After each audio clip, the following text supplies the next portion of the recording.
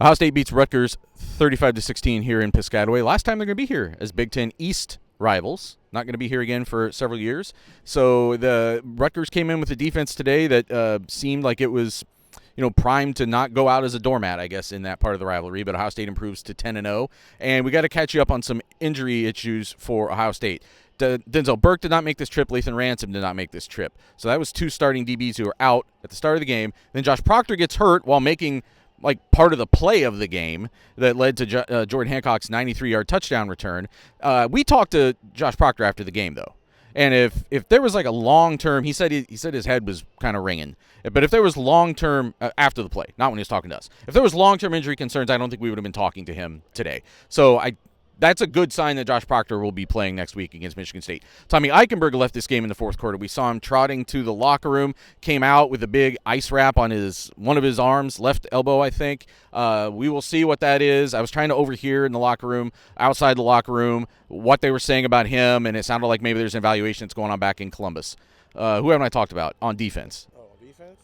I think I might be it on defense. And then Cade Stover is the big one on offense. He dressed for this game, was not on the availability report, went through warm-ups, and then watched the first half without his helmet, went and got his helmet to start the second half, was kind of trying to talk his way back onto the field. It looked like they did not end up putting him into this game. So some hugely significant injury. That's what, two of the three captains and senior guys and important guys. So, Andrew, I'm going to start with you. As you're surveying all of that, what is the biggest injury concern you have for Ohio State after this game?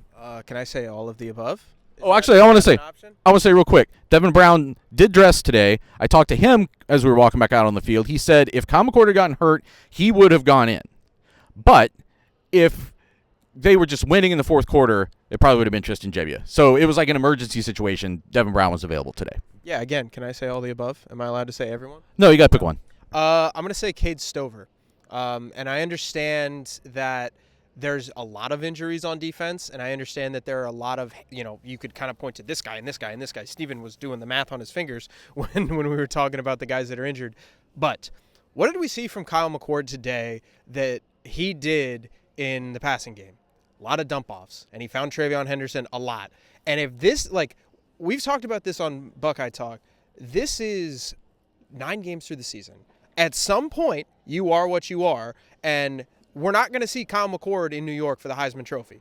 He is not at that level of quarterbacking yet. So if your offense is the issue with this team, if you're looking at the issue with this team, if you're looking at the defense being as good as it has been, assuming you're not going to lose all of those guys long term, if the offense is what could hold this team back, you need everybody there. And I think Cade Stover gives you another weapon on the offensive side of the ball, because now you have Henderson and there's that home run threat, but then you just have a reliable, solid dump-off target to Cade Stover. You've got Emeka back. You've got Marvin Harrison Jr., obviously. So that just gives you as much as you can work with offensively. So I'm going to say Cade Stover, because I think when you look at the entirety of what could sink this Ohio State season, it's not the defense, it's the offense. And the offense is where you need everybody there, and Cade Stover is certainly one of those guys.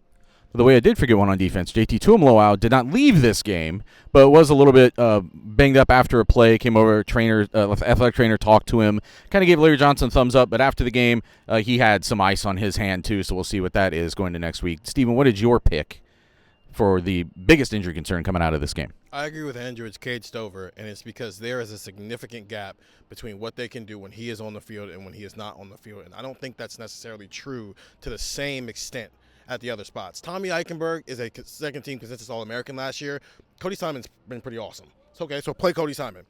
Denzel Burke has not played twice in the last 3 weeks, and has anybody noticed that Jermaine Matthews has been perfectly fine playing out there on the outside corner? I don't worry about him anymore. Plus, they were mixing some stuff up today, putting Cody Simon in there as a third linebacker at times while taking Jermaine Matthews off the field and putting Jordan Hancock out there. Even at safety, I was talking to somebody before the game who said that is a more week-by-week thing, but they're pretty confident he's going to be back by the Michigan game. But even if not, Sonny Styles exists, ladies and gentlemen, and so does Jordan Hancock, and that looked fine to me today. Cade Stover, his health is whether or not this team can run 12 personnel, which is a staple for Ohio State's offense under Ryan Day, along with the fact that so far this year he's been their second most reliable passing threat because Emeka Egbuka has been out of the lineup for most of the second half of the season. Julian Fleming has basically been a no-show. Travion Henderson, until the last couple of weeks, has been out. So it's been Marvin Harrison Jr. and Cade Stover, or it's nothing. So from a talent standpoint, from a production standpoint, but then also what this offense likes to do, what its identity is, you need Cade Stover to be able to play for you down the stretch.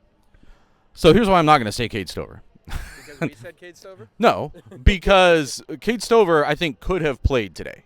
They talked like he could have played today. He was clearly, like at halftime, we saw him come out early, warm up, and then like get on the headset, and I haven't confirmed this, but I have a feeling he was probably talking to his tight ends coach up in the booth, or somebody up in the booth, or God, I don't know, trying to convince them to let him play in this game, and they said no. And he had his helmet back and everything, and then just didn't play today. And he's been playing through that injury. It sounds like everyone talked about this as being more precautionary for him. When I asked Ryan Day, how long is your defense going to have to play without Lathan Ransom and Denzel Burke, he said, we don't know yet.